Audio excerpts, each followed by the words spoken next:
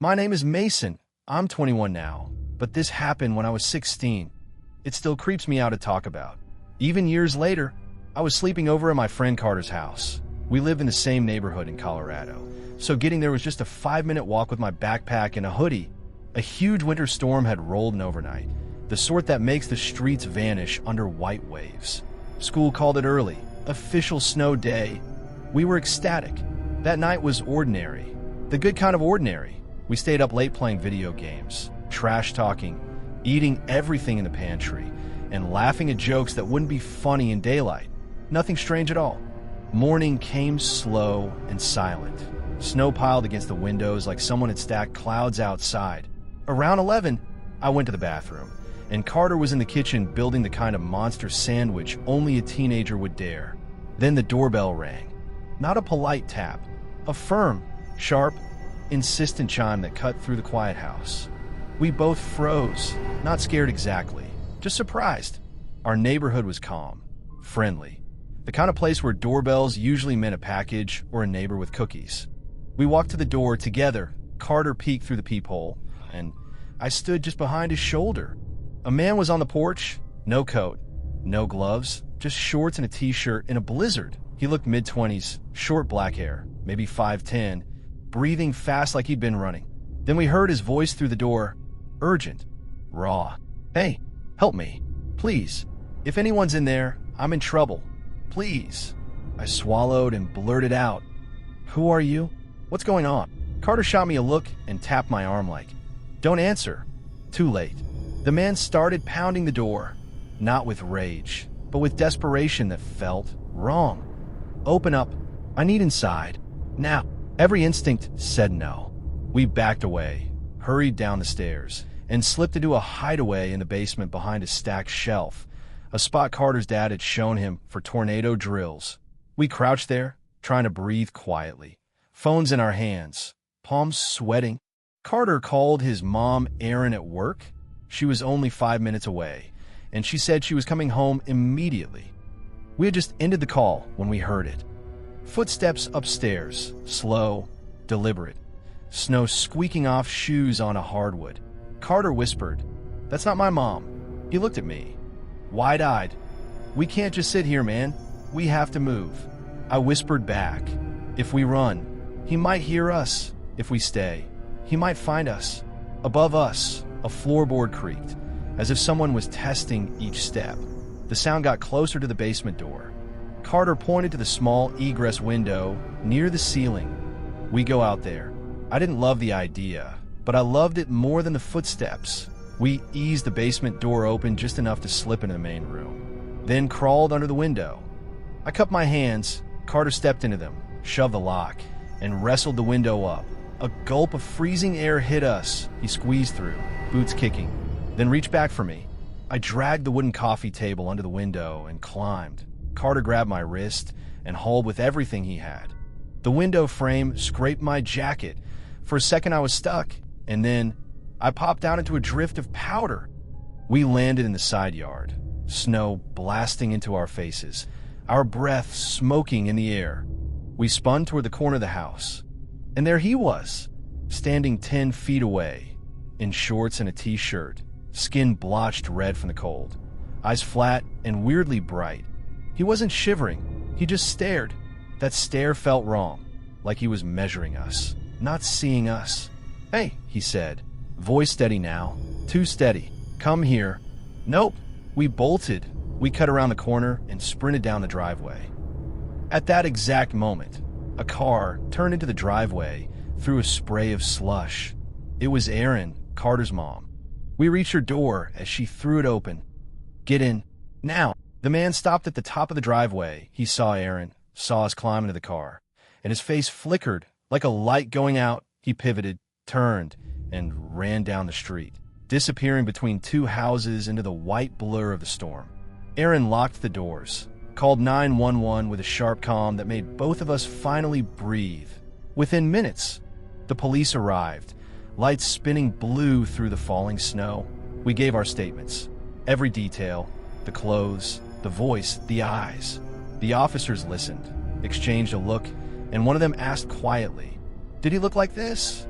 He showed us a photo on his phone, a mugshot, same hair, same mouth, same eyes. Carter and I both said yes, at the same time. The officer nodded. He escaped late last night. We stared at him, words catching in our throats. Wanted fugitive, the officer said, voice low. Convicted sex offender, violent history, targets boys around your age.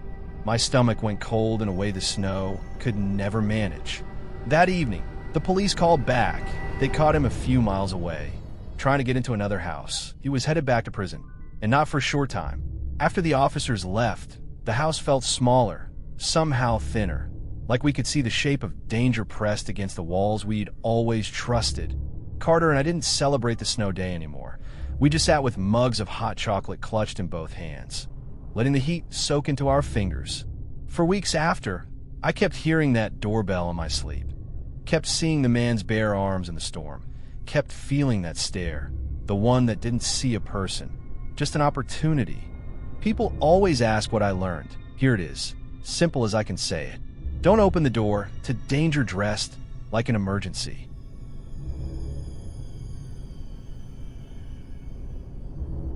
My name is Liam, and this happened when I was 14 years old. That night started like any other weekend sleepover. I was at my best friend Evan's house, a place I went to so often it practically felt like my second home. My parents knew where I was, but what I didn't know at the time was that Evan's parents didn't know I was there that night. His parents were gone for the evening, out of town for some business thing, so we had the whole house to ourselves. No rules, no curfew, nothing. We spent the first few hours playing Call of Duty in the living room. Evan had his own gaming setup in his room, but his dad had just bought a massive new TV, at least twice the size, and we couldn't resist. It was one of those perfect nights, junk food everywhere, controllers clicking, two kids who thought they ruled the world. At some point, Evan asked if I wanted to stay the night. I laughed and told him I thought that was already the plan. That's when he kind of shrugged, like he didn't want to admit his parents probably wouldn't have approved. But whatever. We were kids, and it was already late. A few hours later, sometime past midnight, we finally started to get tired. Evan grabbed 2 blankets and a couple of pillows, and we headed upstairs to his room. We stayed up a bit longer, talking about school, girls, and dumb stuff that seemed important at the time, until eventually we passed out. I'm a really light sleeper, so when I woke up to faint music playing outside, it didn't take me long to realize something was off. It sounded like an old radio, distant, muffled, but close enough to make my chest tighten. I got up and peeked out the window. There was a car parked in the driveway, engine running, headlights dimmed. I figured it was Evan's parents. Maybe they came home early. But when I nudged Evan awake and pointed outside, he frowned and whispered, "That's not their car." It wasn't. I could tell by the way his voice cracked that he wasn't joking. We crept downstairs quietly, every floorboard groaning under our feet like it was trying to get us caught. When we reached the living room, I felt my stomach drop. The front door was wide open. Cold air was blowing in from outside, curtains fluttering, the smell of wet pavement drifting in. The car was still idling in the driveway, but from where we stood, it didn't look like anyone was in it. "Maybe someone's trying to steal something," I whispered, but before Evan could answer, we both heard something. A soft noise like a footstep, coming from the hallway. We turned to run back to his room to grab our phones. But as we passed the bathroom door, a large hand shot out and grabbed Evan by the shoulder. He screamed, and I froze for half a second before instinct took over. The man yanked Evan backward, dragging him down the hall toward the stairs. He was big, maybe 6 feet tall, wearing a dark hoodie and jeans. I didn't even think. I just ran after them. Evan was fighting hard, kicking and shouting, and the man was trying to keep hold of him as they stumbled toward the front door. That's when I saw it. A van parked out on the street, green and tan, dirty, the kind of van that immediately sets off alarm bells. The side door was already open. I knew if the man made it there, Evan was gone. I sprinted across the yard. My eyes caught something in the dim porch light, a shovel lying in the flower bed, probably left by Evan's dad earlier that week. Without thinking, I grabbed it. The man was halfway across the yard when I caught up. I swung the shovel with everything I had. It hit him right in the side of his leg with a loud crack. He shouted in pain and went down hard, taking Evan with him. I dropped the shovel and grabbed Evan's arm. We scrambled up and bolted back inside, slamming the door behind us and locking it. Outside, we heard the van's engine roar to life. Tires screeched, and when we dared to look through the blinds, the van was already speeding down the street. One of the neighbors, an older man across the road, must have seen the whole thing because he was already outside, shouting into his phone. Within minutes, the flashing red and blue lights filled the neighborhood. The police questioned us for a while, and they checked the car that had been sitting in the driveway, but by the time they arrived, it was empty, door open, engine still running. To this day, no one knows for sure what that car was about. Maybe an accomplice waiting for the kidnapper. Maybe someone who got scared and bailed. The police never caught the man. Not him. Not whoever was driving that van. After that night, I didn't go to Evan's house for months, and when I finally did, it never felt the same. The laughter, the games, the late-night energy, all gone. Every time I walk by that front window, I still picture the open door, the running car, and the look on that man's face in the dark. I don't know what he wanted, but I know we were seconds away from never being found again. My name is Ethan, and this happened when I was 12 years old. Back then, I spent a lot of time with my cousin Logan. We were the same age and practically grew up together. We weren't exactly inseparable. We had our own lives and friends, but we always got along great. This took place on a Friday afternoon toward the end of May, right before summer vacation started. That day, I was hanging out at Logan's house after school. We were excited. No homework a weekend ahead, and warm weather finally rolling in after months of cold. We just finished a few rounds of video games when my mom called. She told me our grandpa had been taken to the hospital. Wasn't anything too serious, thank God, but my parents, Logan's parents, and our grandma were all going to stay with him overnight. They said it was fine for me to stay with Logan for the night, and Logan's 15-year-old brother Dylan would be in charge while the adults were gone. That sounded great to us. Dylan wasn't one of those bossy older siblings you had to tiptoe around. He was laid back, cool, and even let us watch movies we technically weren't supposed to. So we ordered a pizza, watched TV, and messed around like kids do when they know no adults are home. It was around 9 o'clock when we heard a knock at the front door. At first, we figured it was just a delivery driver or maybe a neighbor, but when Logan answered and I peeked over from behind the couch, there were two men standing outside. They were older, maybe mid-30s, both wearing gray jackets with some kind of logo on them. One of them had a clipboard in his hand. "Evening, boys," one said with a smile that didn't reach his eyes. "We're with the city, doing a quick check on the water pressure in this area. We've got a few reports about low water pressure. Mind if we take a quick look inside?" Logan hesitated, then remembered what his parents had always told him. If strangers come to the door and your parents aren't home, tell them they're unavailable. So he said exactly that. "My parents aren't here right now." The men looked at each other, and the one with the clipboard smiled again, this time tighter. "Oh, that's okay. We just need to check your faucets real quick. It'll only take a minute." That's when Dylan came into the room, tall, confident, and clearly not buying it. "Our water's fine," he said flatly. "Try another house down the block." The man's fake smile twitched, but after a moment, they turned and walked back down the driveway.